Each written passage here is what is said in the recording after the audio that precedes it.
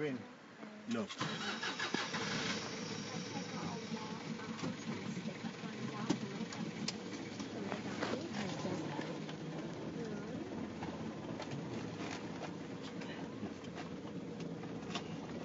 Uncle John? Collect the money. All right. No, we ain't collecting it, no. I collect it hits and Lucy.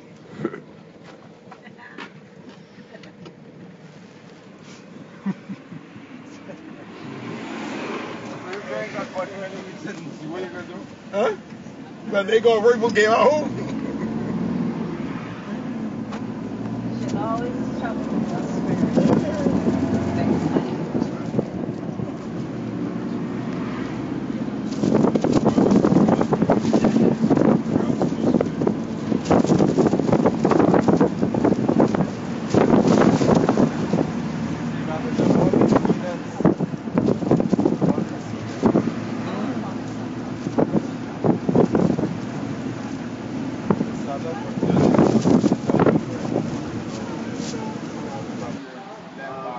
Back they carry all the stairs. They carry all the stairs. Everybody is here? Yes. I'm ready to see. Yes. Roll on.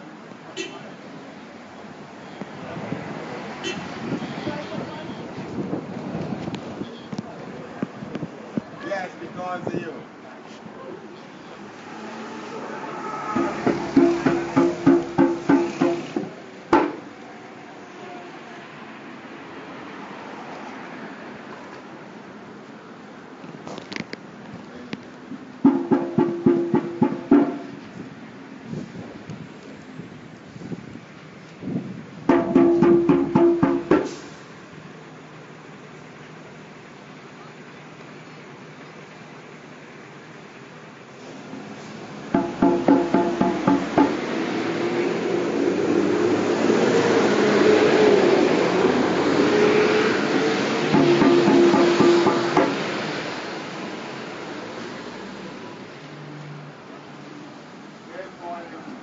Brothers and sisters, comrades, this is supposed to be an active lesson in Pan-African struggle in Barbados. So if you come to this tour thinking that this is another history tour, you will be sadly mistaken. The impression I got is that this is supposed to be a Pan-African tour, and I'm going to emphasize struggle against colonialism, struggle against imperialism, and building Pan-African solidarity. So this is why I'm starting at the actual beginning, because Barbados seeking to expand its system of plantation and sugar, etc., decided that they wanted manpower. And the logical place they went was Africa. Crossed the Atlantic for 8 to 12 weeks. Enslaved were landed just over here. And the enslaved were held in what is called the cage, where you can see this is part of the slave group. UNESCO, as part of their effort of reparations, because the naming of places is also part of the reparations project.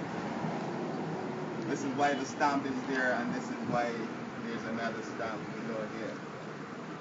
Now, when the enslaved came here, they were held inside of this cage, and they were waiting here until the planters came from wherever inside of Barbados, where the planters would come to purchase these enslaved people. The method used by the planter, there were two methods. One, scramble, where the planters would rush on the ships and select the individual enslaved person they wanted. Or the other option was by auction. The scramble was very messy because Many of the enslaved were afraid, thinking these crazy white men looking to inflict some form of harm, and many of them jumped overboard, killed themselves inside of where it was called, Baba. There's a name for this place, you know, here what it's called, Carinage. In fact, some years ago, right, in fact, some years ago, Badilaria and others sought to reenact and pay homage to the many Africans who were killed or who killed themselves to escape the hell on the plantation system. Sure, if we go on the bridge and we look by the building called the Hardy Telephone Exchange over there, there's a car parked there with a helicopter and all up there. Several of the bodies of the enslaved were just buried there. Today, instead of showing the kind of respect to the enslaved, they dumped some Barbara Green, and nobody remembered the enslaved. Enslaved people who were buried next door. Now, a lot of hype is centered on Newton, and we will get to Newton, but this is one area that I think as Pan-Africanists we should agitate for some sign, some monument, better treatment of the people who died in slavery.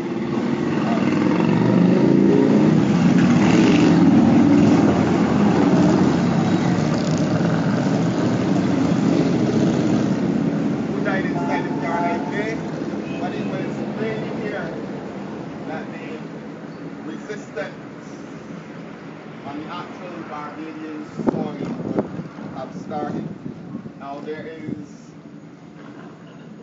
a myth, and I call it a myth, that because Barbados was the first leg inside the Caribbean, that the planters got the best behaved slaves in Barbados, and by the time they got to the Jamaican leg, the Jamaicans got all of the bad behaved slaves. Now, and today people still believe this, so this is one way they explain why Barbadians seem to be passive and why Jamaicans seem to be militant. I don't think that is the case. It is the environment that largely shaped the individual. And the environment of Barbados, we were always said to be Little England. And by calling Barbados Little England, it also meant that several white people were living in Barbados. This was not the case in Jamaica. If you look at the number of enslaved in proportion to whites in Jamaica, the number is very small compared to Barbados. And then you also have to look at the size of Barbados and the topography in order to explain why the Barbadians during the period of enslavement were not as expressive as the Jamaicans. In the early period, you could run away, get on the boat and go down to St. Vincent, as happened. However, if you don't get on the boat and go to St. Vincent, the chances of engaging in guerrilla warfare is minimal. And that is one of the reasons why the Barbadians were seen to be passive. Questions and comments? These people were not enslaved, right? They were going free, right? So they were free people that were captured. These There were free people who were captured, but by the time You get captured, you're enslaved. That's right. You're on the ship, and when you land here, you are enslaved already. You were not a slave, you were enslaved. Okay. The historians also said that Barbados was a great people. Can you shed some light on that? In terms of the development of the plantation system and the development of the attendant things that attended plantation slavery, like racism, Barbados was at the forefront. In fact, we said that we were the laboratory where they were testing all of these systems, looking at scientific means of making systems efficient and clearly why Barbados would be seen as the base. And then a lot of what was done in Barbados was exported to the Caribbean and elsewhere. So how to break the slave, how to get a slave to work, etc. All of this happened in Barbados. We were experiment this project. In fact, there were points in time of our history where Barbados was more important than a lot of larger spaces. One thing Barbados, the jewel inside of the British crown. However, we don't get it for long. Any jewel is lost. That's it. Better. Willie Lake was here, and he's the one who devised this great way to keep that like so this is where this was Yeah, I'm saying not only Willie Lake, and even the Willie Lake story is one that people are questioning whether it's really authentic, whether it's really Willie Lake, etc. So I'm saying that not only Willie Lake, but people before Willie Lake. And this is something natural as well. If you're involved in any project, you look at ways how you can make whatever you're doing better. And this was a logical development. You're involved in a project of enslaving people to optimize your pocket margin, because it's your pocket margin that you're concerned with. So I will work my slave 6 years until he dropped dead. And I would get it that it was called the cost of a slave, very cheap. Later on in the period of slavery, after the abolition of the transatlantic slave trade, you now have to treat your enslaved better because you want them to live longer. This is when the amelioration process started to begin. So instead of looking at 6 years or 7 years, starting to 15, 20 years.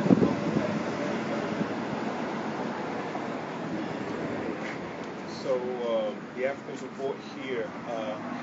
How big? Do you have any idea how big the cage was, and also where the sales also take place here? Yeah, the sales. I don't know how big the cage was, but you can imagine, given the number of enslaved that would be on the ship. So let us say maybe hold about 300, 400. But the actual sales took place here. It was the building or here as well at the same time, overseeing. Yeah, the Parliament was here for many years. So the Parliament would be, in fact, this would be a logical space because slavery was the center of commerce. Sugar is the, yeah. And were the sale of Africans also taxed as well to provide proceeds for the government? Or was that even part of it? You have to remember that those people who were sitting there, the planters started Parliament, and those are the planters that made the laws as well. In fact, the planters in Barbados had a lot more autonomy than planters elsewhere, given our system of government. In fact, Barbados, Bermuda, and the Bahamas, for a long time, they had the old representative form of government, while the others had a colony form of government in the wake of the 1865 war. But from early, Barbadian planters saw themselves as more autonomous. In fact, this was manifested in the 1652 oil statements tobacco. And there, everybody was here, everybody was telling you, yeah, about no taxation, about representation, that was something that is big. And you must remember, the property and the tax property. So when you have to that you really accumulate, right? People from owning, they never perceive them as people who own the person. Likewise, that's the property level, I would say, when the rich came in, as I said, we don't know where they came from, we just came in. All the poor, all the poor,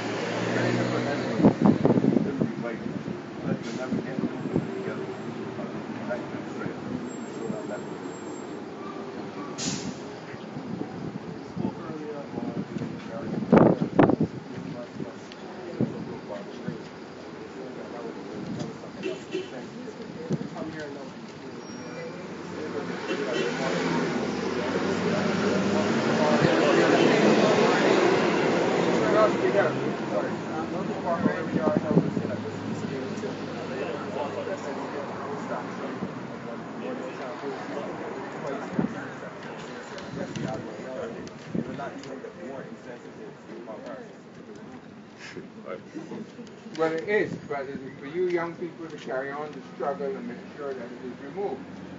At best, if we're going to keep it, put it in Yankee Street. Other than that, they melt it down and sell the bond. But the question, when Lord Nelson was placed there, you have to ask yourself, was it insensitive? Because Lord Nelson was a supporter of the enslavement of people. So, I mean, Lord Nelson being there and what the kids represented being here, I'm saying to us now, it is insensitive. That is why for many years, the 60s, the 70s, the 80s, people were calling for the removal of Lord Nelson. One of my comrades inside this very space here, one time he pledged that he was going to knock down Lord Nelson and toss him over there, but he didn't do it, you guys. Because? I'll never die. Yeah. But I think that what this will do is to whet the appetite of people to know and go knowledge. And a number of proposals can emerge out of what we're doing. Concerns for other nations to be doing or not. Along with it, people really come with that. If the proper burial of this, probably have another visit, come back here and look at giving proper burial to the enslaved who died in the water or on the land in close proximity to the I just want to say something though, especially as it relates to this area. I was very pleased when in 1998 when the government here nationally because it created a feeling for us in Barbados as Africans being able to recognize our important area. One of the spray that was named Barbados Spray. It was a very important area for Barbados because it fell right in the heart of the treasury, far river, and center of the government. But I think today is really in itself to us to have our nurses not have especially now that we're definitely this is an area of sacred love and a sacred area for us as Africans. I think that's what is very, very clear is that as Pan-Africanists we should continue the battle against Lord Nelson being placed in this grave, and to do whatever it takes to force the government of Barbados to remove Lord Nelson. Okay. As African people, we always start our journey with a spiritual enchantment. And we should never forget that. Please, Baba John.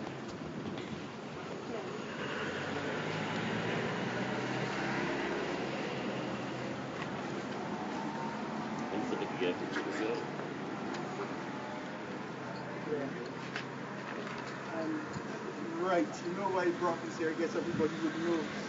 Right? This gathering should be full of these ones. They should be the ones asking the questions.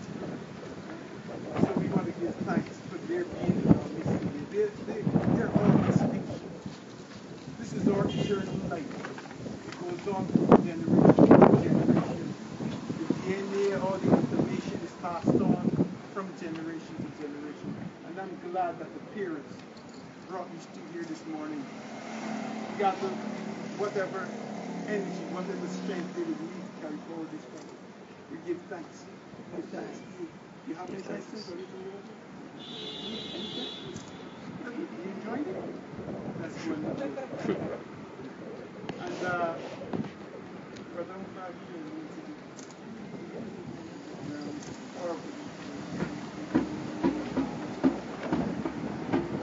as we set out on this spiritual journey this morning, we want to ask Baba Shield to clear the way for us, that all may be well. And as we gather here this morning, we want to pay tribute for our ancestors, because this is a sacred spot. This is a spot, as we were told, where the enslaved were caged, our ancestors. These are our ancestors we're talking about. And we got to show them the kind of respect that is due to them.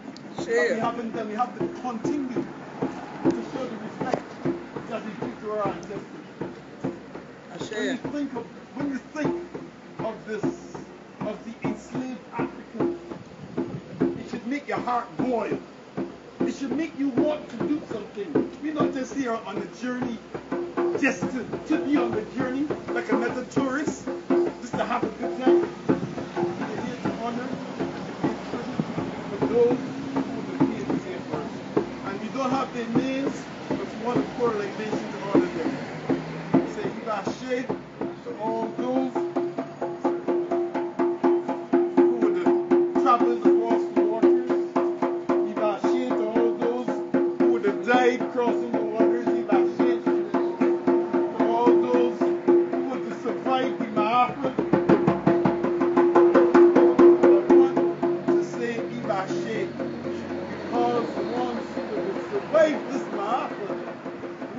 The descendants of those ones.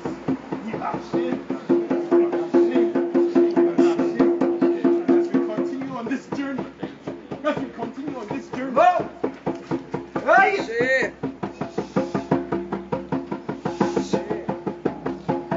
all will be well. We will be blessed as we live here on the journey.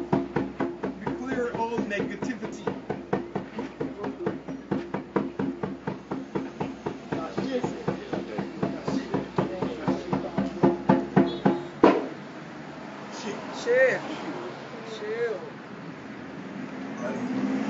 It was originally located at some money was Richard somewhere in prison with runaway slaves until their owners came to reclaim them.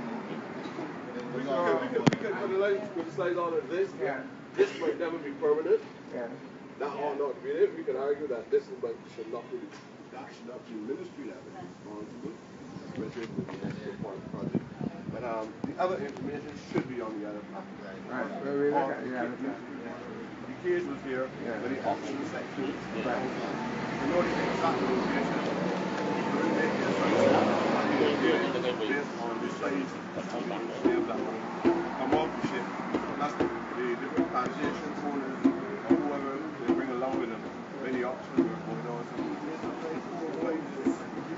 But there was an actual debate as to the actual actual location of the cage.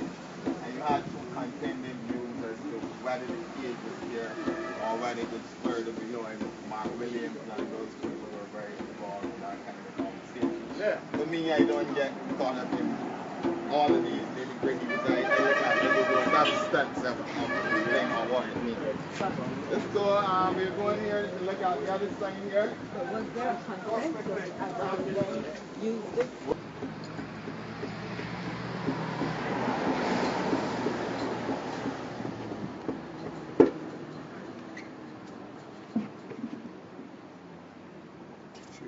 Right, you can see another plot here. The quote coming from Equiano. Equiano was an enslaved person that managed to get his freedom, and he ended up in Britain, where he, one of the few enslaved people that wrote extensively. Although, I don't like to keep saying these things, although today some people question the authenticity of Equiano's writing. According to Sir Hilary, we're going to soon have a Center for African Studies here, and it's supposed to be called Equiano Center for African Studies at Equiano. And as we look here, we can get a feel of the commercial activity that would have taken place inside this space as the ships came in and as the planters came from all over the country. At the far end is where I'm speaking about the car park over there. This is where the bodies are. And given the fact that we're standing on a bridge with the name of Wickham Boardwalk. Wickham and who else? Boardwalk? Okay. Wickham who Boardwalk people? Pardon me? Yeah, but the name. Right. But I'm saying Wickham was an important Pan-Africanist. Benham Wickham, and he was an important journalist. And there used to be an argument for Wickham to become a national hero as well. I remember George Bell talking about Wickham, a national hero in the early 80s as well, because Wickham was closely connected to laying the foundation, the groundwork for Plymouth Plain in the 1930s.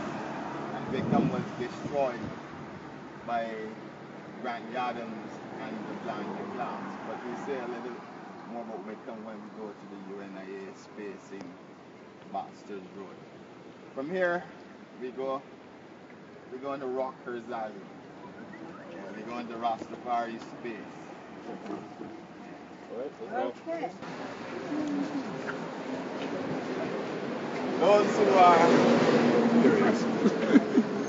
are as young as I am have fairly vague memories about what happened inside Rockers Alley. So I, depending on the memory of Trevor and others, will fill in some of the gaps about the Rockers Alley experiment. But suffice to say, the Rockers Alley was a space utilized by the Rastafarians.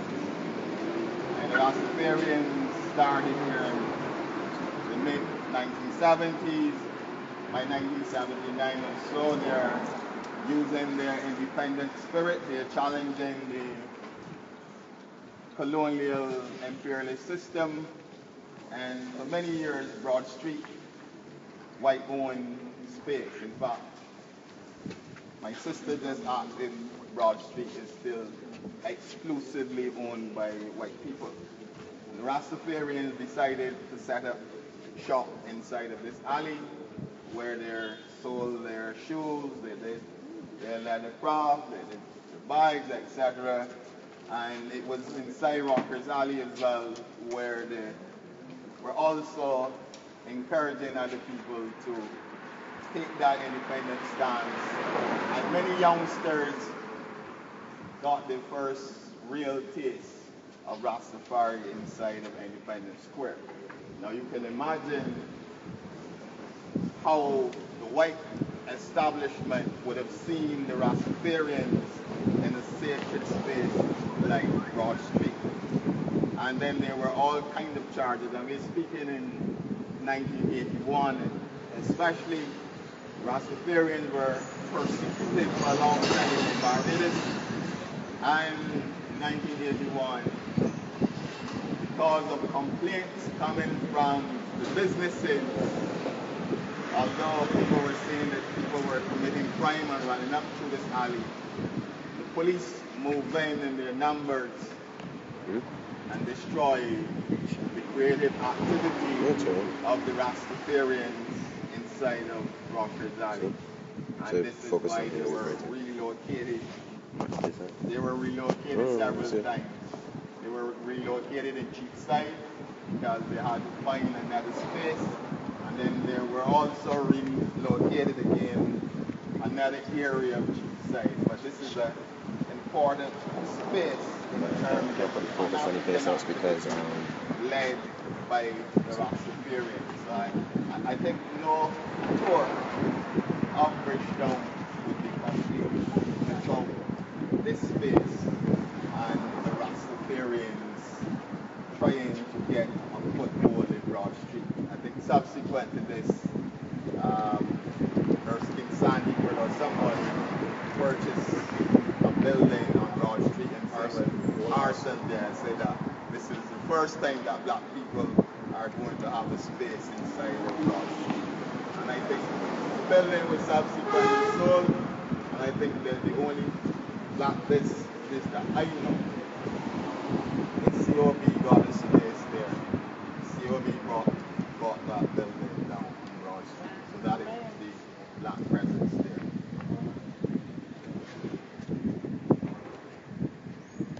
I can add to Rodney because they didn't just get the space like that. There was also a struggle. The Rastafarians demonstrated. And I can remember Ricky Paris from the Barbados as General Secretary of the Barbados Council. I can remember Adja, who now at the time was Mike Richards. Adisa, right, who was Mike Richards at the time. And St. Clair Gittins played a major role in helping to fight the battle on behalf of the Rastas and using the Barbados Council as a major organization. And then, as what you mentioned again, the space in Robert's Alley. Then I could also remember Eric Seeley holding a series of public meetings outside by the Stateside Street bus terminal, obviously where the Barbados Representative was. And Babsy Paris, Ricky Paris, and St. Clair Gittins also spoke on this platform. I think Solanke also played a role in that also. Solanke, I remember seeing Solanke also speaking with Eric Seeley at the Stateside bus terminal. So it didn't just happen like that. The government of Barbados decided that they would give back the Rastafari space. It was also based on a struggle with the Rastafari movement, Eric Seeley movement, and the Barbados Council. Another part of the part. There was a graduate, graduate, but the authorities in Barbados never wanted, as Rodney indicated, black people to be in the central commercial area in Broad Street.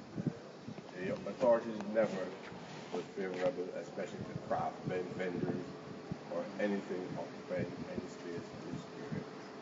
And it goes back to the long evolution of not only police harassment, but a series of legislation to prohibit them from selling in certain areas around it. After they've settled here for a considerable time, it is true that although we can't openly identify sources, to some extent we know that white capitalists in Bridgetown were strongly in disapproval of the presence of the Rastafarian movement here.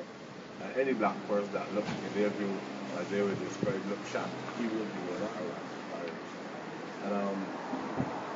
And the police would come on a regular basis, check to see if they had license,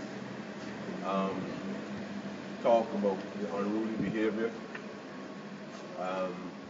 And then eventually the argument came up about the area between the two stores was supposed to be a right-of-way or an easement for commercial traffic between Barbados Street and Swan Street and so on, and they were blocking the path. So they used a whole set of falsifications to justify the action at a specific time. Well, the Rastas did not move like that. And the Rastas decided to put up, show some assertiveness and to put up some resistance to what the police force was doing, working as agents of the corporate sector in Barbados. That struggle still remains. Although they were taken to alternative locations, obviously they did not have the advantages that they would have had in a location like this. So they kind of traffic past in this area. So they put them in, I don't want to say backwoods of Broad Street, but they put them down to the periphery, down behind the scramble. Careful there. Where very few people walk through the area. And then on the last occasion when they were talking about the new construction in that area, as they indicated, they moved them again. And you will see that the government's never really made a concerted effort to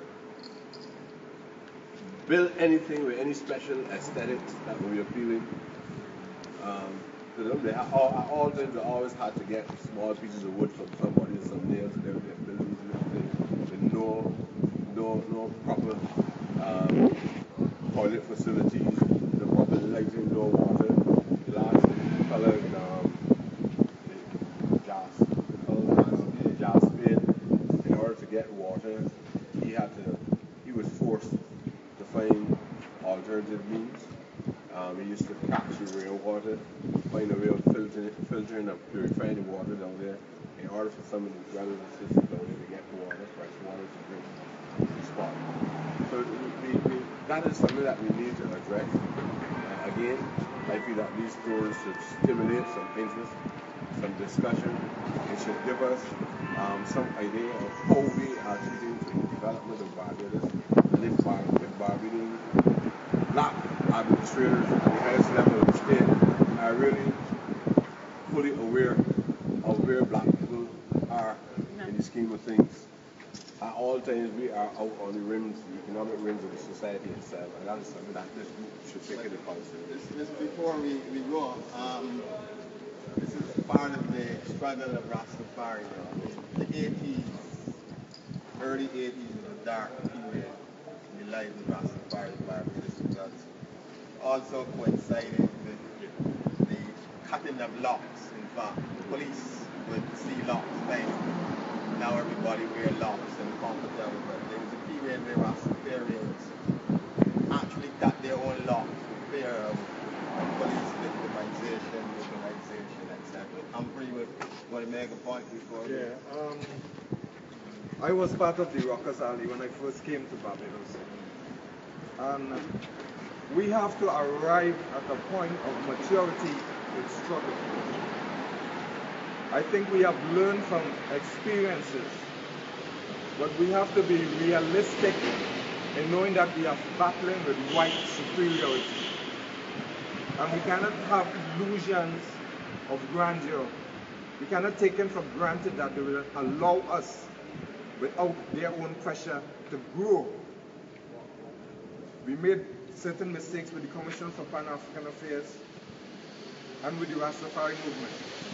The government could not find a rational excuse to move the Rastas because they were a representation of the culture and they had certain amount of public sympathy. But sometimes within ourselves we create little kinks in our armor and we do not listen to the wider experience. And because I experienced where the brethren start saying, oh man, I on board sugar. Again, without understanding the magnitude of the struggle we are fighting. These people do not take rest. They always planning how to destabilize. And some of the brethren start bringing herb and chopping it up in Broad Street. So that gave the government an excuse to come in here. But before, and that is the point I want to make, before, about 2 days before, Tom Adams came down here and assured the brethren that nobody will move in there. I'm saying that we have to be careful of the information that we are given by politicians to make us relax our guard, and at the same time they come behind you and swipe you away. Okay? And as we mature in our struggle as Pan-Africanism, in the whole struggle that we are planning strategy, we have to be mindful that we have to have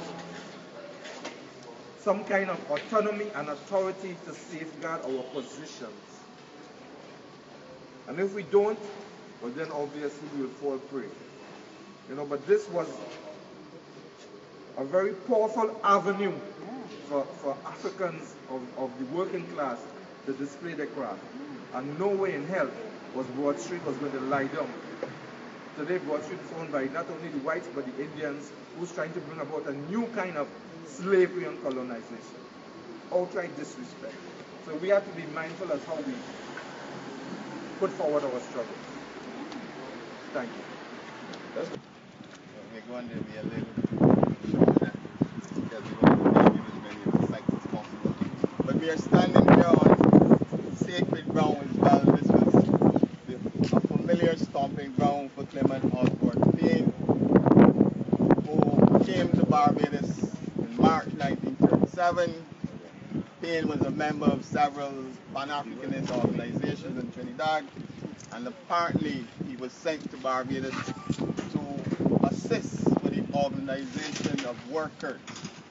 In Barbados, Payne recognized that the groups, or the group that was still in existence, championing the cause of working people was not sufficiently progressive or sufficiently rooted in the masses, and he set up his own vanguard organization where he selected some of the leading Pan-Africanists like Israel Lovell and Albert Grant.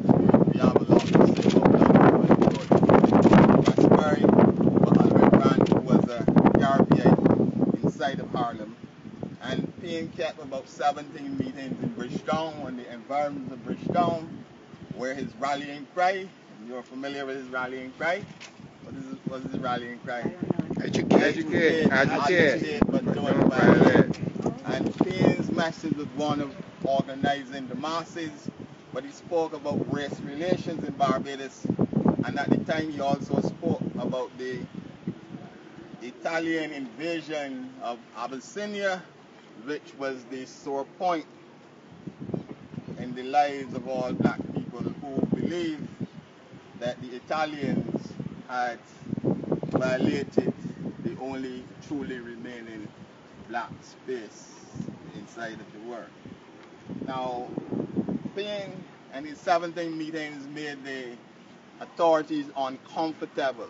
But Payne is talking about the need for trade unions, the need for better wages, criticizing the capitalist class. They found a reason to remove Payne. He was charged for making a false declaration about his place of birth. And it was on this space that he kept his last political meeting, where he outlined his whole program, the reasons why he came to Barbados.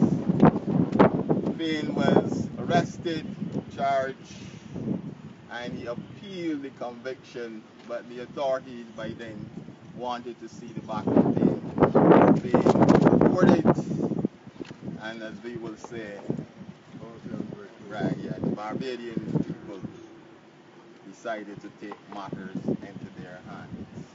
And this is why we had the 1937 rebellion, where over 21 people lost their lives. Several people were imprisoned. And this is compliments of the Clement Payne Foundation, organization that bears the name and the spirit of Clement Payne, that they were responsible for the placing of this bus. So again, you can see the importance of this space and the work of Clement Osborne being. Wow. Excellent. Very good. Okay, if there are no questions, we can roll out. Yeah. Move on. We're going to Queen's Park. From Queen's Park, we're going over to Penfold Street. Okay. You ready? Yeah, we're going, well, yeah, the area. Could we briefly pass by Amen Ali? Yeah, it's just, it runs between Price Street and... Sorry to say is that during the Italian invasion,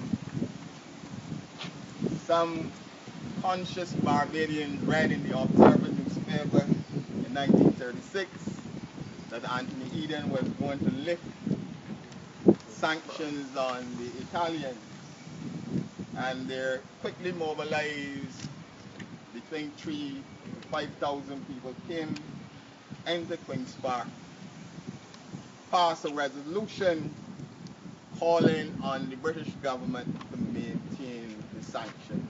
So this is one of the reasons why Queen's Park, from that point of view, is on the tour. Second reason is that in 1937, October the 19th, Garvey on his third visit to Barbados, because he did make 3 visits to Barbados. First was, I think, 1914. He said when he looked up Bridgetown, he didn't see anybody. 1928, they did not allow him to come to shore. And in 1937, he came on a tour of the Caribbean.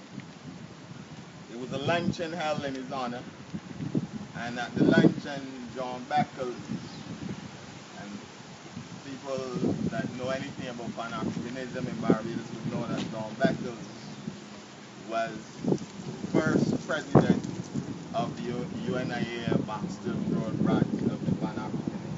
And John Beckles gave the toast to Garvey.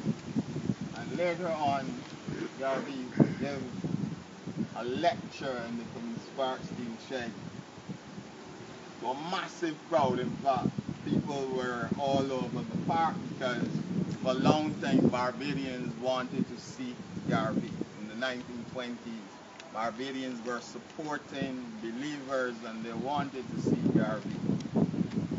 Garvey spoke on intelligence versus ignorance, and I haven't seen, well, based on the newspaper reports of his speech, but Barrow said that he was a little boy at the time, and this lecture had a great impact on him because Garvey said that black people would go to sleep too late, too early, and they got late. Right, and from that time, he went to sleep late and woke up early. So this is the reason then that we are here in Queen's Park, because of the Garvey thing. I think the Rastafarians, they sought last year to retrace places that Garvey visited on his 1937 visit to Barbados. Brother Rodney, please, could you explain to our youngsters what the acronym UNIA means? Because we use these abbreviations, and some people sometimes are a little bit scared to ask what it means. Yeah, the Universal Negro Improvement Association.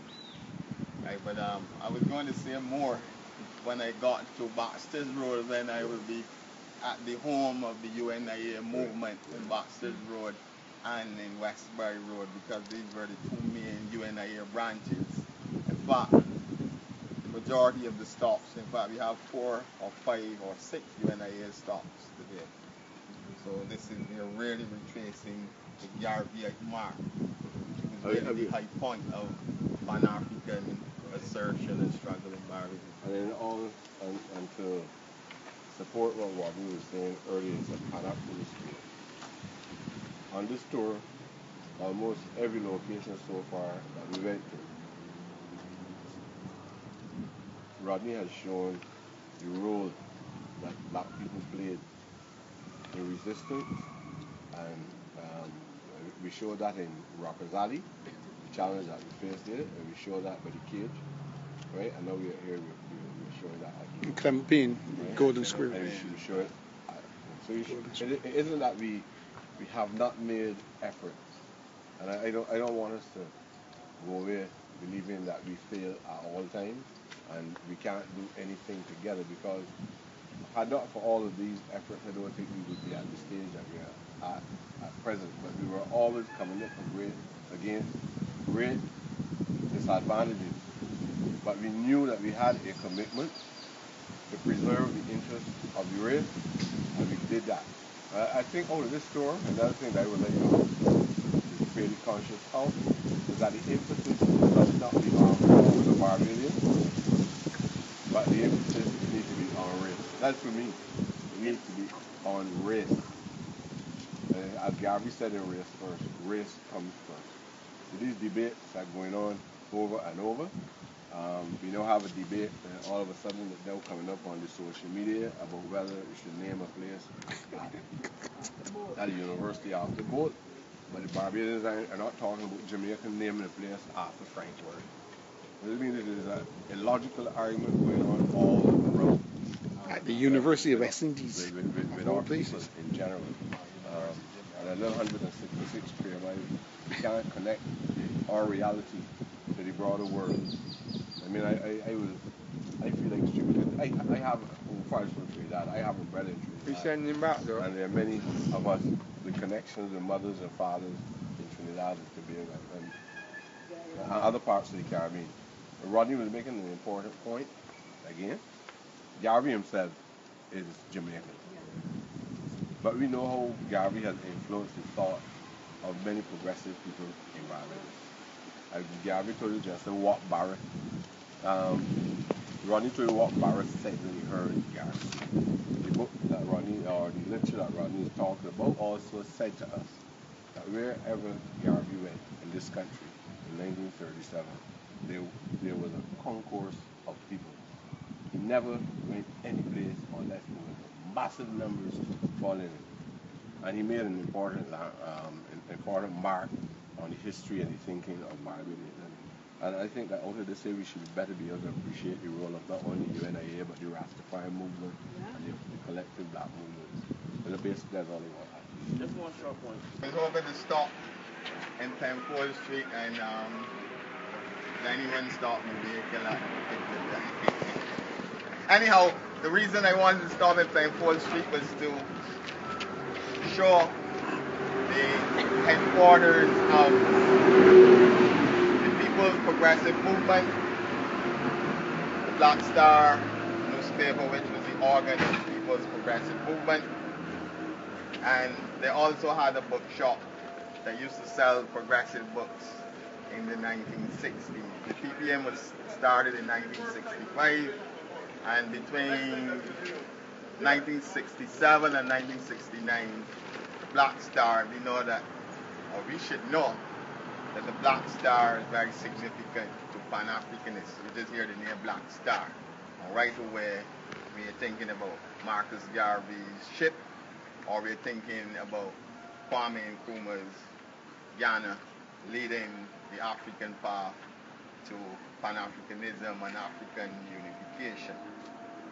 The Black Star was published fortnightly from 67 to 69, and the fire destroyed the Black Star newspaper.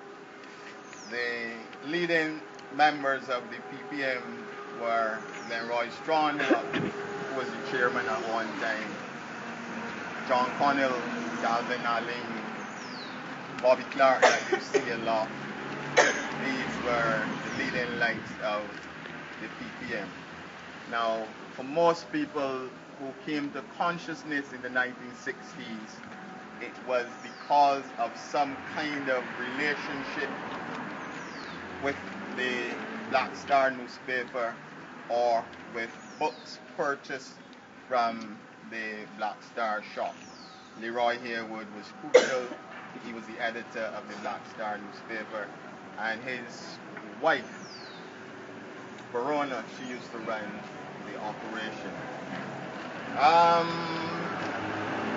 The PPM was very militant, and if we think about why they introduced the Public Order Act in 1970, the PPM was largely responsible for the bringing about of the Public Order Act. In fact, there was a real fear that the militancy emerging from the PPM could lead to the kind of resistance that was happening in Trinidad and Guyana and elsewhere inside of the Caribbean. So this is the reason I wanted to stop there by the Penfold Street.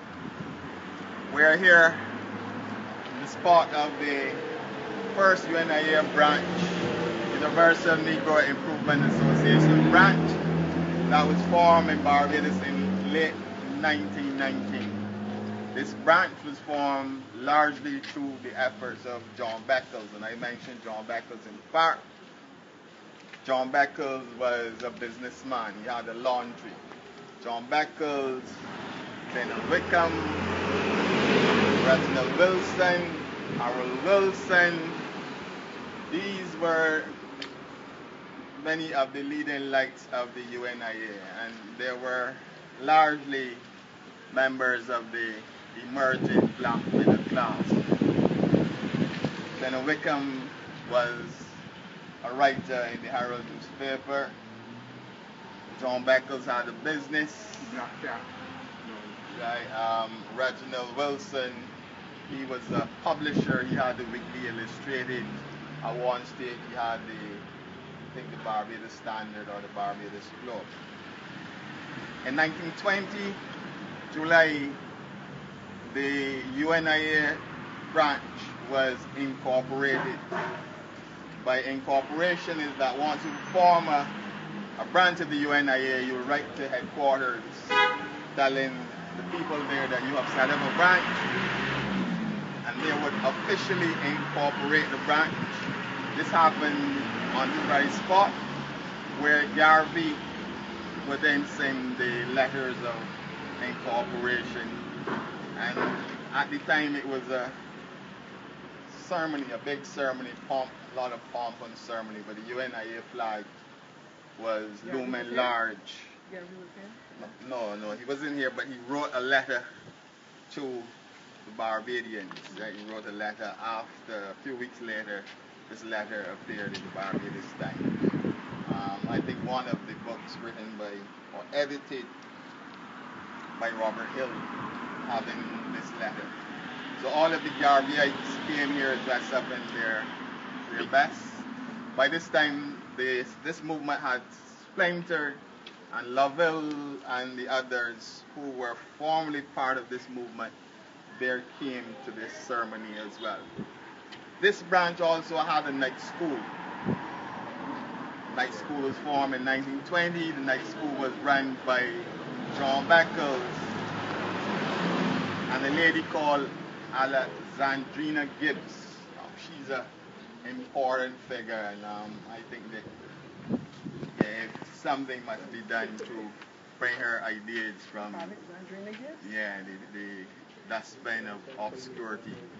Yeah, so that is part of the work, is to do some work on this lady. But the night school was a big hit among black Barbadians who barely had some contact with school. In fact, the first night there were overwhelmed with the numbers of people. These were adults who sought to take advantage of the night school. So ladies and gentlemen, brothers and sisters, this is the UNIA Reed Street, through the street, because in the literature you see Reed Street, you see through the street, and you see Baxter's Road. For a long time I thought, I was told that it was next door where Clement came, or where Clement came, where David had his office before, but I was told that it's here. Yeah, right here. Right here.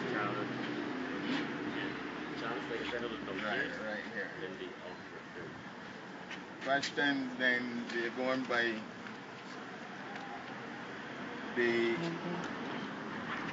UNI, sorry, the Workers Men's Association Hall, Lower Baxter's Road, or just the Upper Baxter's Road. Was there Close to the a main office for UNIA? A main branch in Barbados?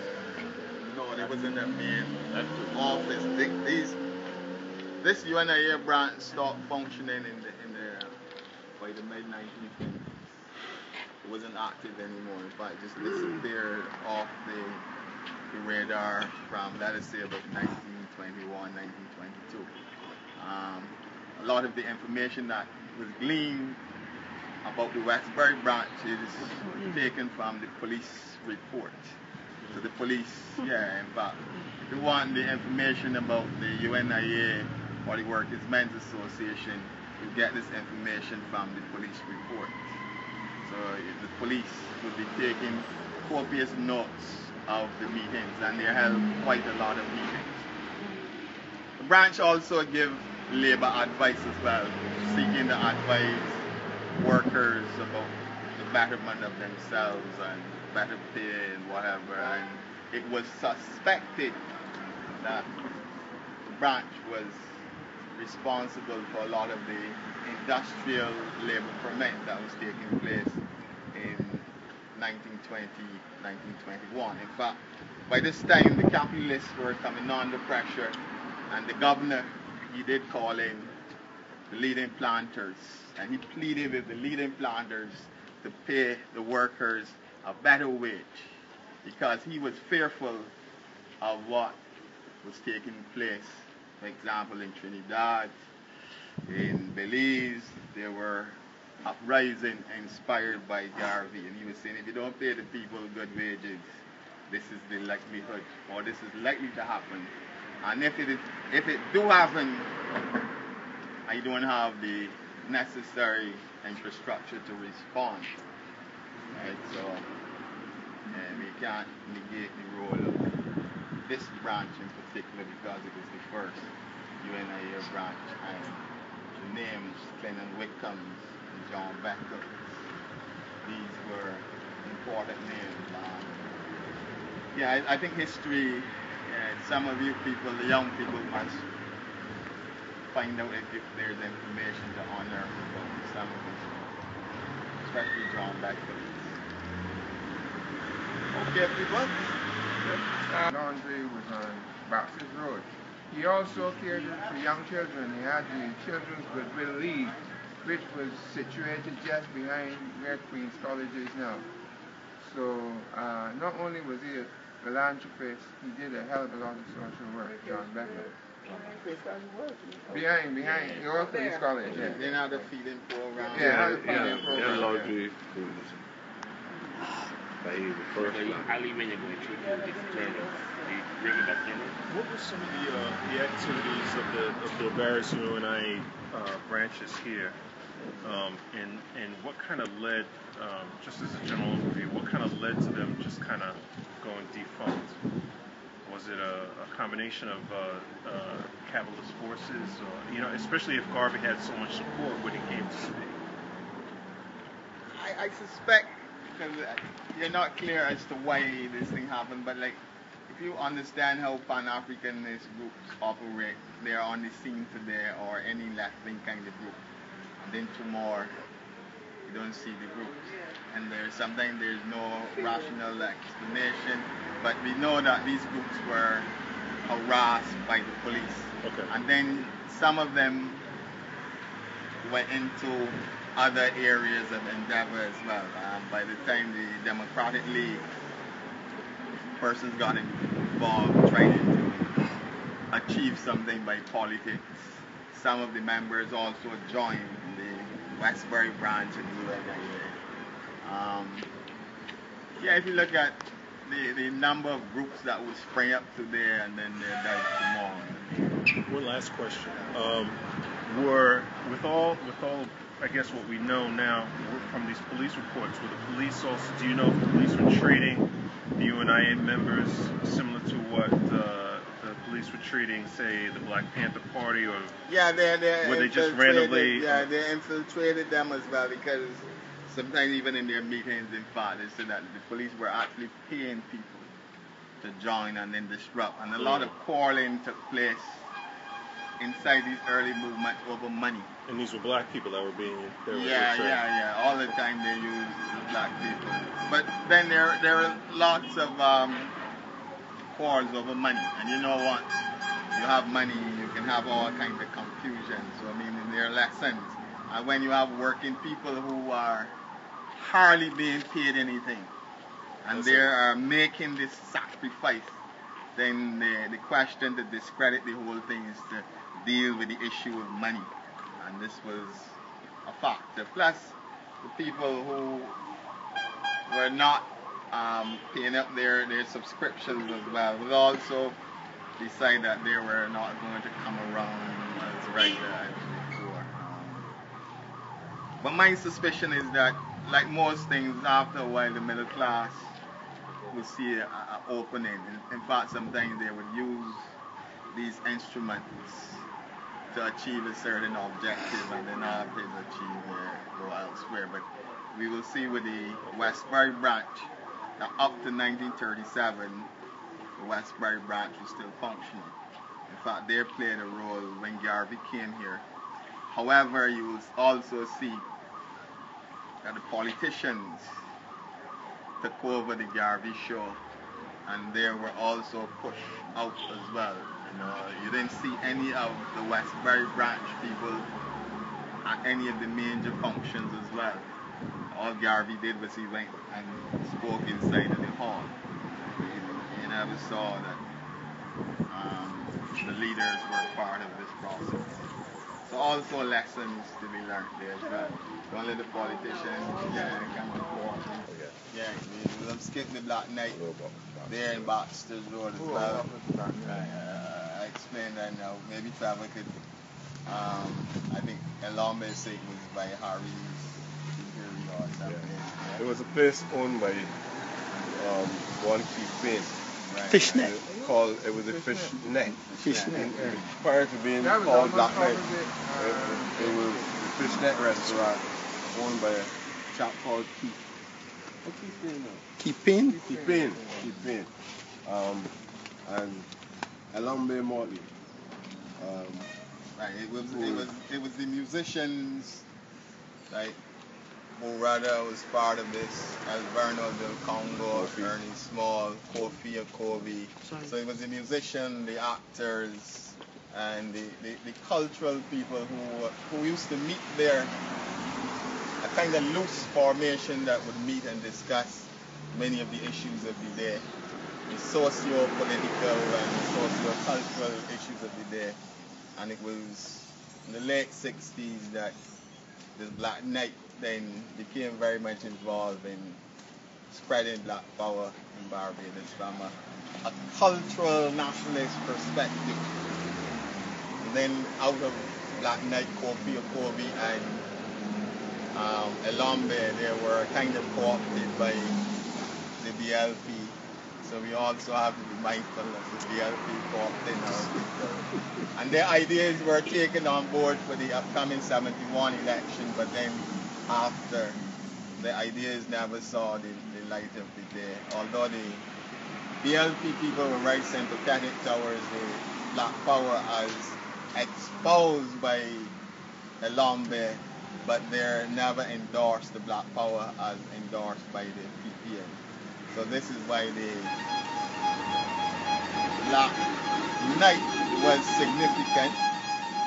And given that we're not going to Fontebelle as well with the Yoruba Yard, Elombe was also the director of Yoruba Yard, that he continued to work inside of Black Knight after he broke from the BLP and promoted the kind of cultural nationalism that happened at Yoruba Yard, where several Pan-African personalities came in to do lectures and several discussions and expose people to progressive thought and progressive music, etc.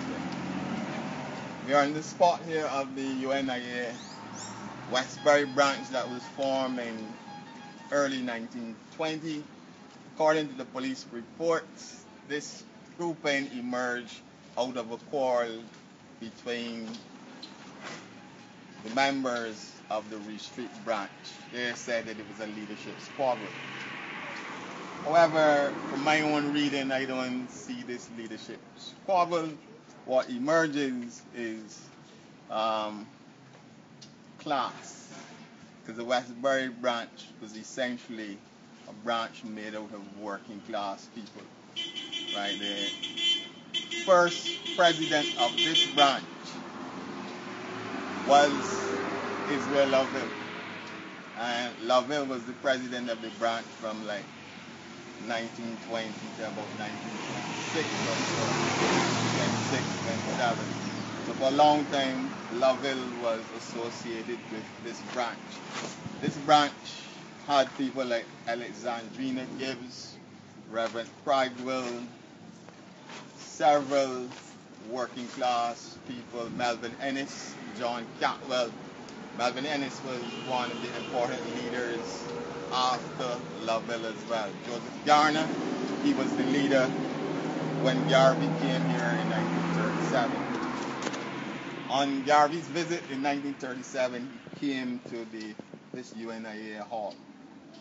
So after the Street branch collapsed for one reason or another, you'll see the police reports referring to the activity or activities of this branch. In 1930, this branch kept a Garvey night where people paid tribute and homage to Garvey. This UNIA branch worked closely. I mean, looking across there by the church, that was the Working Men's Association Hall. Right? And they worked closely with the Working Men's Association in the late 20s, early 30s. In 1932, so this thing about PACO being a united front organization, it was not the first time that Pan-Africanists got together and formed a united front organization. In fact, in 1932, they discussed the possibility of having an activity to commemorate the Emancipation Day. But so many ideas were contending that they never reached a common position. But in 1933, they held a march where they went to Government House and all around the city. And the march was supposed to celebrate Wilberforce, Frederick Douglass, Marcus Garvey, and Booker T. Washington. So important black figures they marched, commemorate and pay homage to. This branch also worked closely with the Working Men's Association. Even when the 1927 Lord Oliver's commission was coming here, they got together with the hope of selecting one representative, but this never happened as well. But this branch, for some reason, continued to function down to 37, even although members. And the thing about this branch is that persons either left here and went across there, like Lovell, because Lovell disappeared from the scene and re-emerges like in 1929 when he was very much involved with the Working Men's Association. Or like George Bell, who left the Working Men's Association and emerged as one of the dominant ideologues of the Westbury branch of the UNIA. And these individuals like Leach Worley, he was a shopkeeper, and Hooper, one of the leaders, she was a domestic worker. A lot of them suffered a great degree of harassment. I don't remember the name of the president, but he had to give up being the president because after he was elected, his workplace put some pressure on him. Some individuals were fired for being associated with the with the UNIA, this branch of the UNIA. So this is important. In fact, when you're talking about UNIA, I like to make the distinction because because of the class orientation of this group, and the message that emanates from them is more radical than the message that came from the middle class second for obvious reasons. And I don't think that we will go across there saying that we are all comfortable in this space. So yeah, I'll direct my gaze now to the workers' main the Democratic League was formed in 1924. This was like the first real political party to take root in Barbados, and it was led by Dr. Duncan O'Neill, that David Denny made mention of him. But I'm not concerned with the Democratic League. It is the industrial arm of the Democratic League, which is the Working Men's Association that was formed in 1926.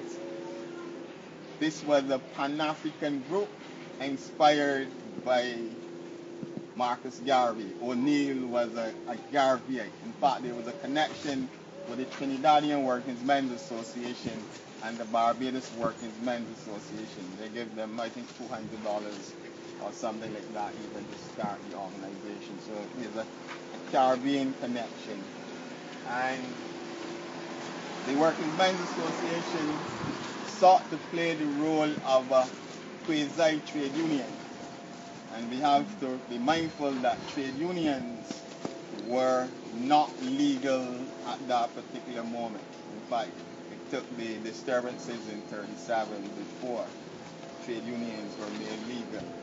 And the Workers' Men's Association sought to organize the workers. George Bell, Moses Small, Moses Tate, these were the champions of the Workers' Men's Association. Moses Tate and Moses Small, they used to sell the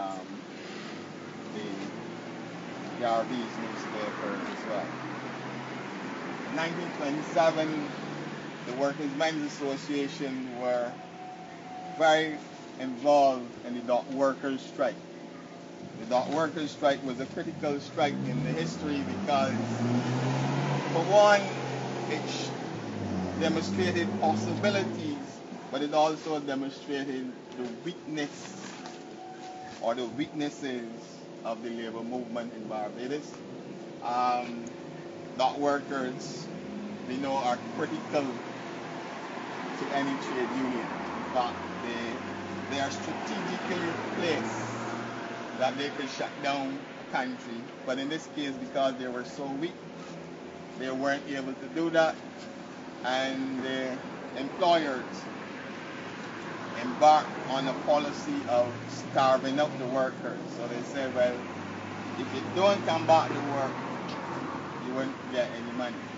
This policy of starving out was important because the workers had to return to work the same wages, right? These workers then, some of them returned to work, and you can see the disappointment coming from the Workers' Men's Association. One lady said that during the time of the actual strike, she was waiting to see any white man come her path. She was going to break his neck. So you get a sense of the real militancy of the Workers' Men's Association. Now, O'Neill was selected to be the spokesperson for the Workers' Men's Association. And at this time, all of his friends turned their backs on O'Neill. They thought O'Neill was a madman. Out there, this Dr. Man could drown himself with the people. And the white employers told O'Neill, "We're not talking to you because you have no status, and you are an objectionable character." So he was saying that you're a nuisance, basically.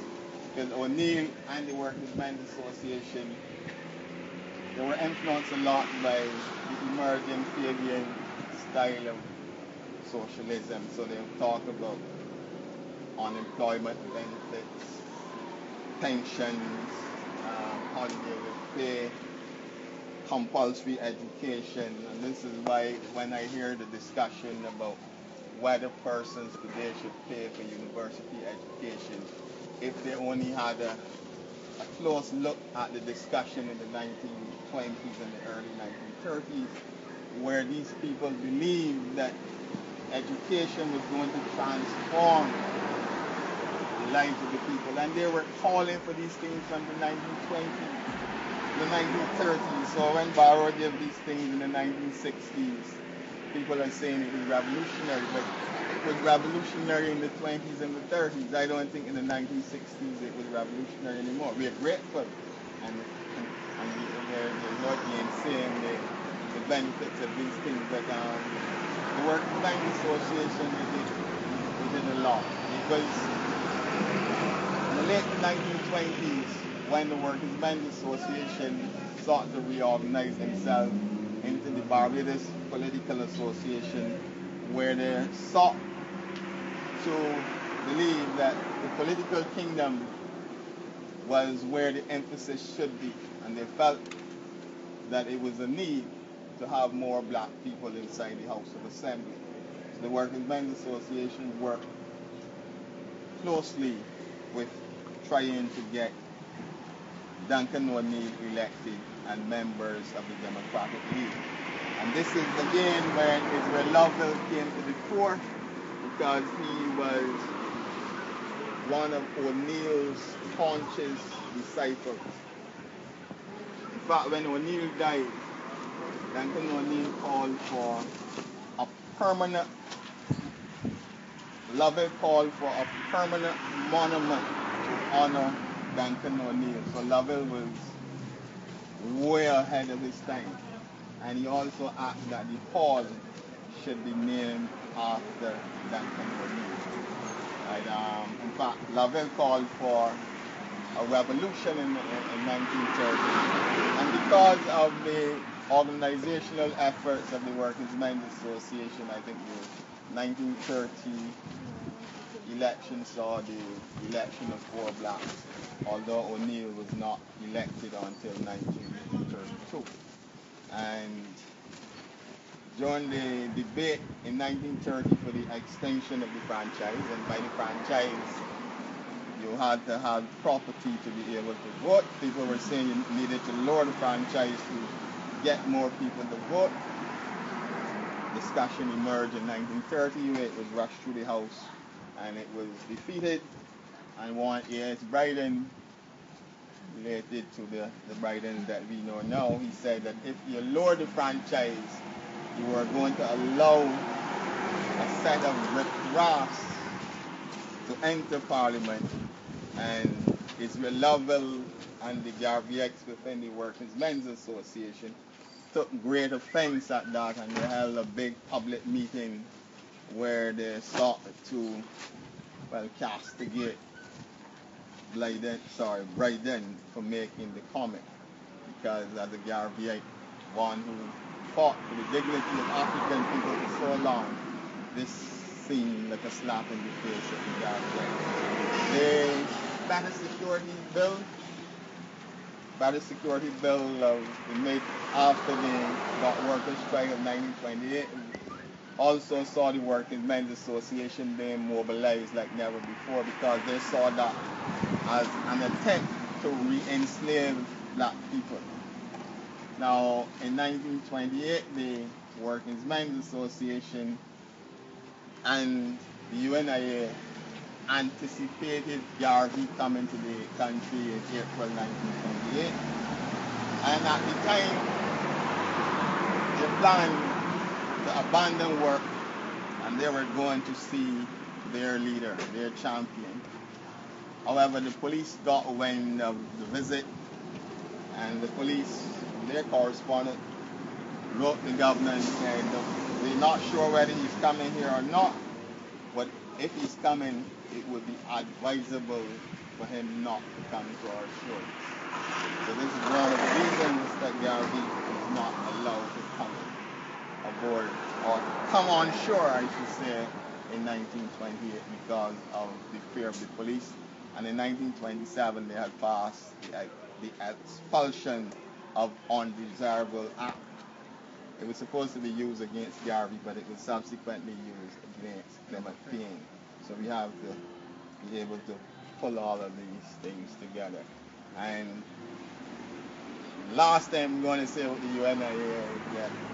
So you can see that while people say that Barbados is little England, Barbadians were always caught up in this Pan-African activity because Garvey was spreading like wildfire across the black world, and Barbadians were part and parcel of that. The Black Power movement was spreading from the United States, and Barbadians were part and parcel of this global struggle. Right. What role did James A. Tudor play in all of that? Because that church there was built by James A. Tudor. Are you aware of that? James A. Tudor was, I think he lives somewhere around here. He owned this whole block straight down. And this was a black man who was a merchant, and his business was situated in Robert Street. And it might be interesting to know that even up to probably the 50s, there was a significant number of black men who owned businesses on Robert Street. I can think of J.O. Tudor, James A. Tudor, Gulston, Stuart and Sampson, Atwill at a later point, Lord at a later point, C.C. King, I think the Calvin Brown drugstore. These were black men owning Robert Street compared to what it is today. So you've got to ask yourself, have we made progress or have we regressed? But James A. Tudor, I don't think that did he enter politics. He was very much involved in the struggle. But his son, Cameron Tudor, became, I think he was Deputy Prime Minister, Minister of Education in the Barbados government. And his son played an important role in that early struggle of the Democratic Labour Party after they won the election in 1961. But why you people bring? There's no need to be sarcastic. Right, but why you bring a name like Cameron Tudor when we talking Pan-African? No, but I'm saying that I'm just relating his father. Yeah, but and people might be able to identify. Right. But don't put this in the record. Don't put this in the record. Point. In 1821, the owner of Mount Wilson plantation, I think he's some Alcott, right, Trevor?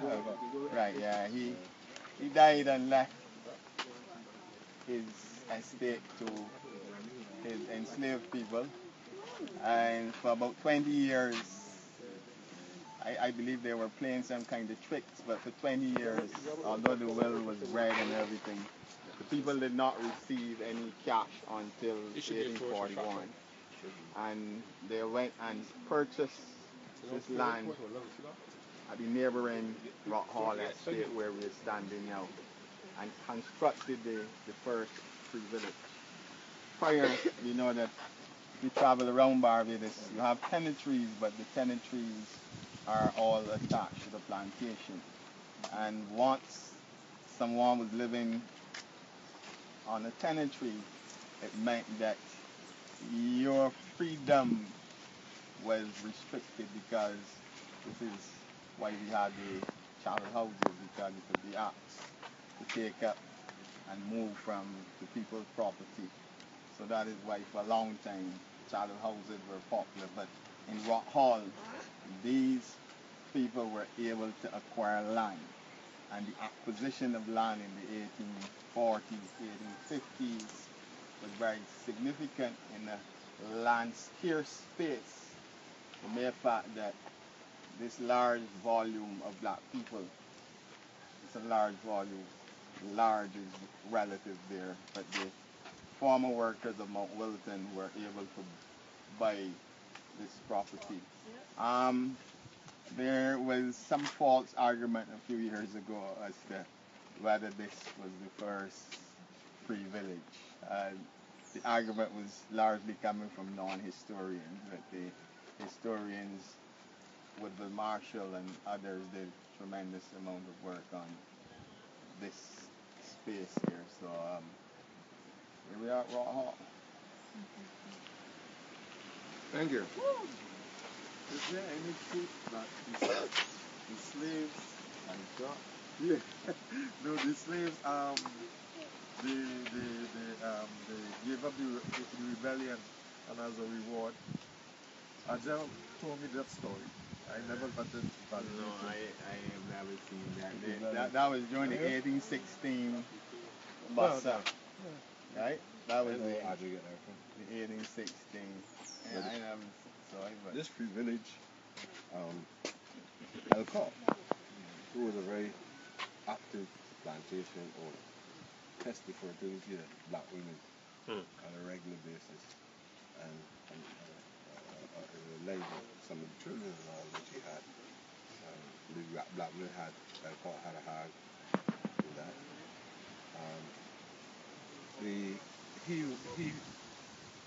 He was indicating early, as reflected in the will, that he was going to give them certain benefits after being in slavery. But the allegation was that one of the slaves killed him before the will was even probed. But you can't probe it, the will, until after that. And after the court indicated who was the body who carried out the murder, they ran the individual off from Mount Wilson, and they claimed that he ended up there with something that's called a hangman hill. This is somewhere above there, and it is called that because when they caught him, anyway, they caught him when the horse was actually hanging a little distance away from here. But at that time there wasn't any discussion about any uprising. And what is said from the historian, mainly Marshall or one or two others, is that as a result of the ownership of these lands, most of these lands, especially this free village, they had given that expansion to people who then own property, and then a greater number was able to be included on the electoral program. And it is these free villages, especially this one, that allow the first, what they call colored man, to enter the House Assembly as a result of the vote that came over the free villages and so on. That's correct, Roger? the colored man, but it would be Samuel Jackman, but he would be, his constituency was in the city. Yeah. Right, so I mean, if you're here, you can't have been. But I understand the villages. I don't know what you mean in terms of. If this was the first free village, when you drive through here, this is almost like the Haiti or the Caribbean. And the reason being because it was the first. I don't know why I'm asking you to conclude. The strange thing about it. And what became of it? Because I could be wrong, but I heard that there was a series of houses here. Here, down here. Oh, down here. You see That's where why it's facing this way. Enclosing? Uh-huh. The government constructed those houses, I believe, to make the village more attractive to tourists. Okay. That's the other issue that we have. This was supposed to be cross shop. All these things were supposed to be done here. So the bathrooms, everything. In fact, one main family object, and the matter with report the same Denny, Calvin Franklin, on behalf of his father, said that his family had lived here all their life, and they would be here, going right back to the first set of people who settled here as enslaved people, and he wanted to remain on the site there. I don't know what it probably was, a long set of talk, but he probably something that should be later resolved in some reasonable exchange. Maybe if you not had a 2-bedroom house, you want to do all the 5 bedrooms. If you had water, if you had board, you want to do all the water. If you want to live, that is the whole across both governments as we go up to the village. Oh, we'll build the village around here. And the property. August 2nd.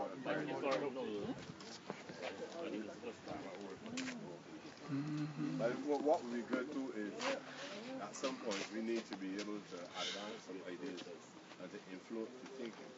And I think that all of these things is going to be. That's probably what the reason why people are doing politics. We're going to not, if we cannot influence the program, right? The policies of the government in relation to the environment. Because when this site finished, like Denny brought me here a day, and you should see this school. You won't believe that this would attract school children.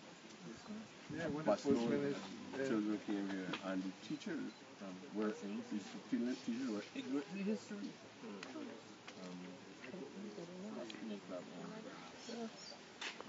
Because remember when they moved the abolition from Bussa and they bring it down here. They remember? And they scrambled. All out here was clean. They had a landing on that side so they can just come across from there and walk across the gully. There are no bushes there. And see this beautiful structure. Yeah, it started at midnight beating the drums. Yeah, they had a big thing because they was against the Pan-Africanists. Yeah. They put some kind of ratchet stroke to move the celebration. That offers some money to the artists or thing. That offers some money to the artists, so the artists come and do whatever they do for the money. I forget the cause. Art beats. Let's go again. Mother is Africa. A lot of them ants. Retaliate, them black ants. Wanna try to win up. First thing, working and they walk into the stick. Barefoot, bareback, sometimes they walk with the stick. This is serious trilogy business, cut the theatrics. Barefoot, bareback, sometimes they walk with a stick. I'm trying to own my own zone. Barbados exotic, I'm trying to own this island. People know it exotic. I'm trying to own this own zone. Barbados exotic, I'm trying to own this island. People know it exotic. Thank you. And it was the site of the planning for the aborted 1675 rebellion. The enslaved, the 1675 rebellion enslaved at the time on this plantation. They had a plan led by the Coromantee slaves to take over Barbados and install King Tuffy as the king of Barbados. About 8 days before the actual execution of the plan, a domestic by the name of Anna Fortuna, I think she was fortunate, she overheard one of the rebels seeking to encourage another of the enslaved to join the plot, and she went and informed her master about the developments. Over 100 of the enslaved were arrested. Some of them were boiled alive. Some of the bodies were dragged through spikes down. That is why they wanted to go through spikes down. Then, after being dragged through spikes down, some of them were also boiled alive. Now, they were seeking to wring confessions and to get other enslaved to rat on the other enslaved. And this is where John's statement is famous. One of the conspirators said, if you roast me today, you can't roast me tomorrow. So do whatever you have to do, because he was not prepared to rat on his fellow slaves. So this one was important in terms of the African element and I call it the audacity of the people, because they were saying that Kofi was going to be the king of Barbados. And clearly there's evidence of the Ashanti, Akan type of enslaved people on the island. And we should note that in 1675 there would have been quite a few of the enslaved who were born in Africa as well. And we know that people who were born in Africa during the period of enslavement, because they were accustomed to their freedom, they would always going through that. What's the name of this plantation? Pleasant Hall. There are two sections of this. When we're driving, we see another section, but it was Captain Hall's plantation. And if you're familiar with the space, you will see that above Pleasant Hall there's Portland Plantation, there's Watchtown Plantation, there's Castle, there's Nicholas, yeah, and then there's across the road, and then you're going towards Indian Ground, there's Rabbit, the place where the first man was killed during the 1876 uprising. Prospect Plantation. Yes? Correct me if I'm wrong, but we said Barbados was a true plantation and one of the colonies that had a slave population that was born here as opposed to bringing slaves to Africa. Isn't that one of the reasons why Barbados was also, let me say, a little more docile in comparison to some of the other colonies? You have to look at the time period, right? Because initially you work a slave to death and you import a slave. But there was a point in time when Barbados probably had more born Barbadian slaves than many of the other spaces in the Caribbean, for example, Jamaica. But they constantly replenish themselves as well, because first stop when you look and you see that somebody looks strong or whatever, and not only that, but you're working your people hard as well, because Barbados is in the forefront in terms of production of sugar as well. That is a good point. Later, in the mature, you call it the mature period of slavery, when the people recognized it was beneficial to get more out of a worker than import a worker. This is when we saw more Barbadian-born slaves. But during the infancy of the slave project, a lot of if you look at the 1816 as well, Busa born in Africa as well. Right? And a lot of the other leaders, these were persons that knew freedom before. And if you were born as a slave, you never had the freedom, so then freedom wouldn't be a big thing. I mean, it is something innate in persons to desire to be free. But if you had freedom, then it's very difficult then that you wouldn't long for this freedom again.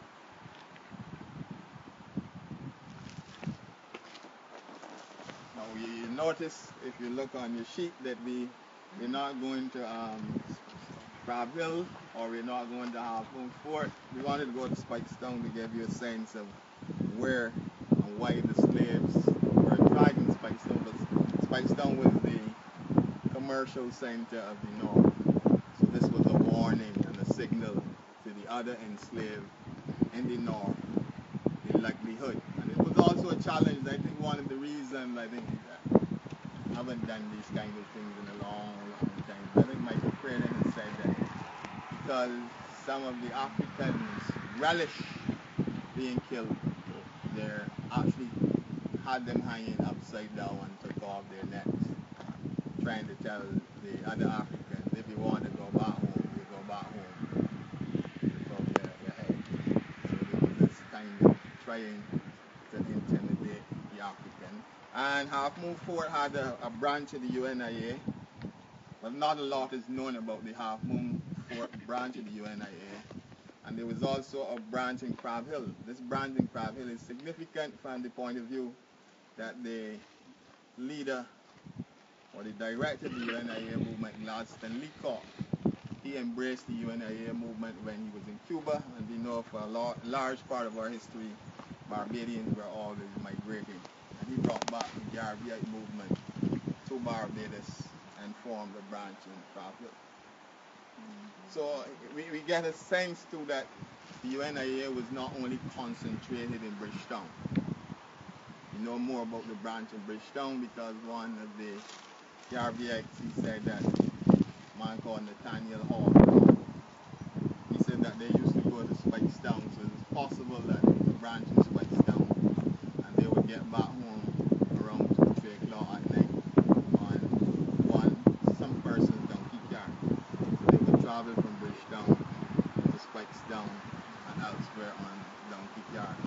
spreading the word of God. From here, people, we're not going to step across the Indian ground, but when we get there, we pause and then we see where Indian ground is. They're slaves than the slaves from the rest of the world, period. We Caribbean, Congo, or everywhere, you name it. Yeah. So you feel that Barbados was nicer? I did not say I felt. I said the impression is that we hear that the slave master in the Caribbean, well, especially in Barbados, what a big lie. They boiled them here. You brutalize a slave as well. I think Leroy here would in one thing talking about how there was a slave and you can see all of his bones and how they had all of these things piercing through his body. So I'm saying the treatment here was as brutal as Any other and the aftermath of rebellion as well. I mean, it was even more brutal because we were trying to stamp out any planning of any rebellion. Before I said that, Fortuna was given her freedom by the House of Assembly. In fact, she was said that she was a credit to her country. She was on this plantation. She lived up to stay there. Yeah, but she was given her freedom. How long did she live out there? Nobody killed her? Who it was they wanted to take out, dog? Who it was that they wanted to take out to put King Coffee? Yeah, King Coffee was going to become king. To replace. In the States, Who it was he was replacing that they wanted him? Yeah, I know that. So who was the man?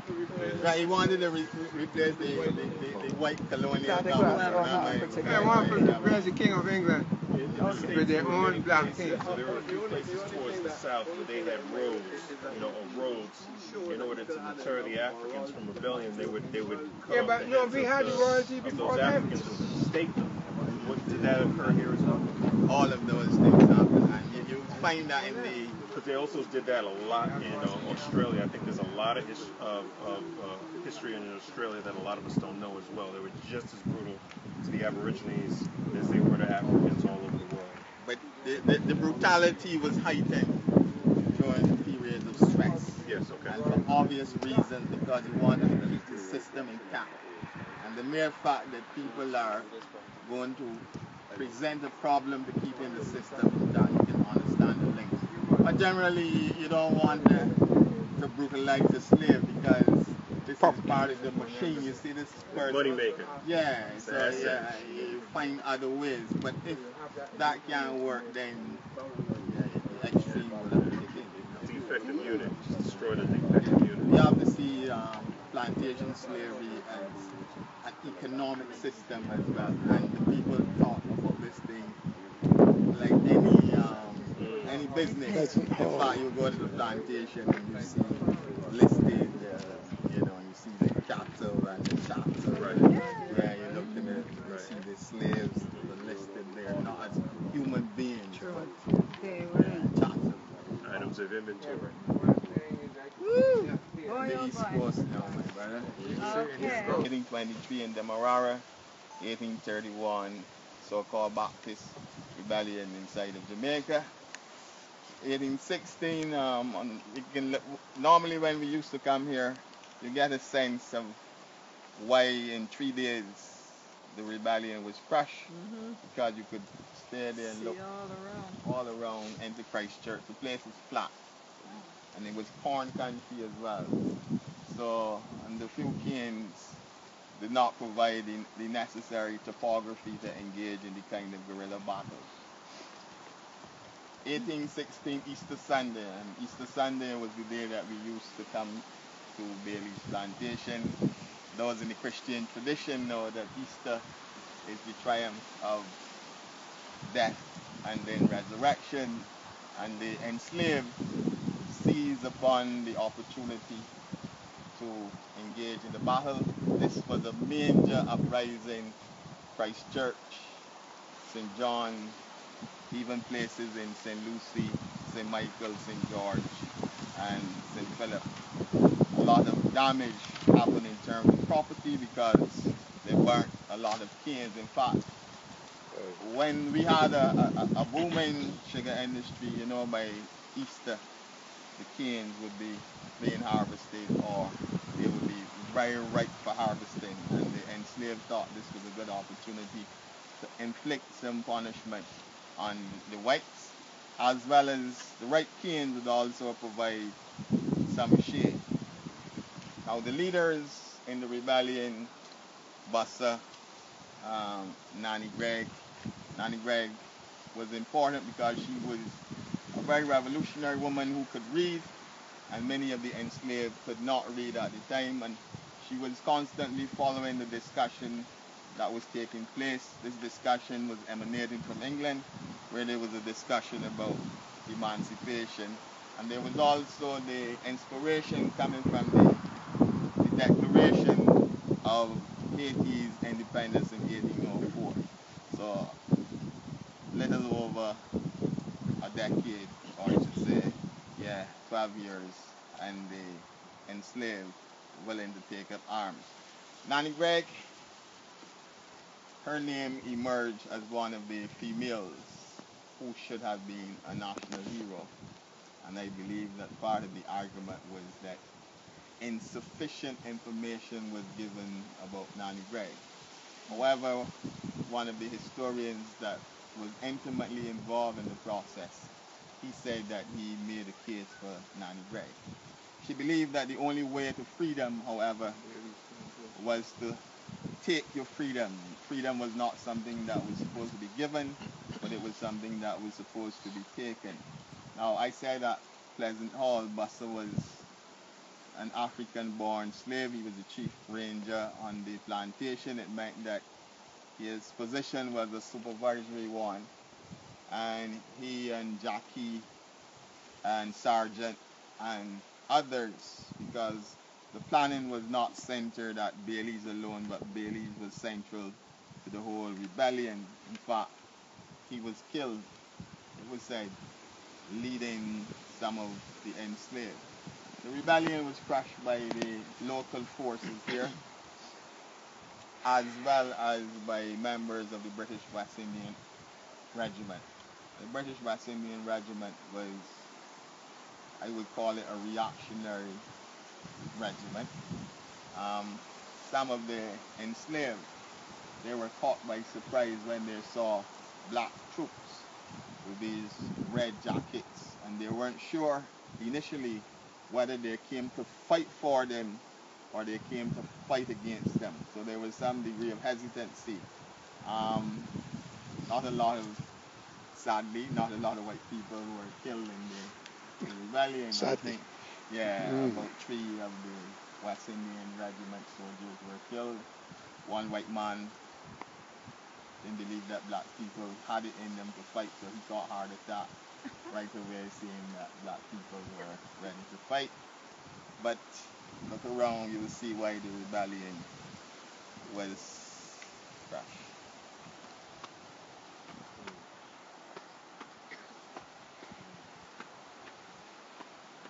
And you should be playing in your mind the soldiers on the horses and the blacks with the cutlass and the hoes and the stick going to get these armed men on horses. And this would explain why in 3 to 4 days, the whole rebellion was crushed. A lot of property was damaged, though, and this rebellion caused those in Britain to take stock as well, because this was a period where they were talking about amelioration, and it was believed, like what my sister said, it was always the myth that the enslaved were so well treated in Barbados that there would be no reason why they would want to take up arms.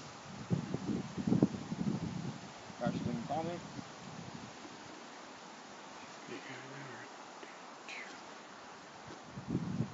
In 2016, we're looking at 200 years. So hopefully we can have a big celebration here. A few years ago we had a big one up there. It was big, and then it left us with a big bill. And then a lot of the people who promised support and money, you know, it was at the level of promises, and that was the time when the Commission for Pan-African Affairs was led by our champion, but yet we had some serious challenges getting the kind of support. So Conway Ricky was left with a big bill, and for years I'm not even sure if all of that was settled, but it was like a millstone hanging around the neck of the Pan-African movement of Barbados. So while we are thinking about doing something grand, we should also be mindful of our lessons. I mean, we should always learn from those lessons. Okay. Thank you. Thank you. Yeah, but it will be good. Yeah, because there's a point over there. The only way that you can get that is you go straight across. Right, yeah. So that's southern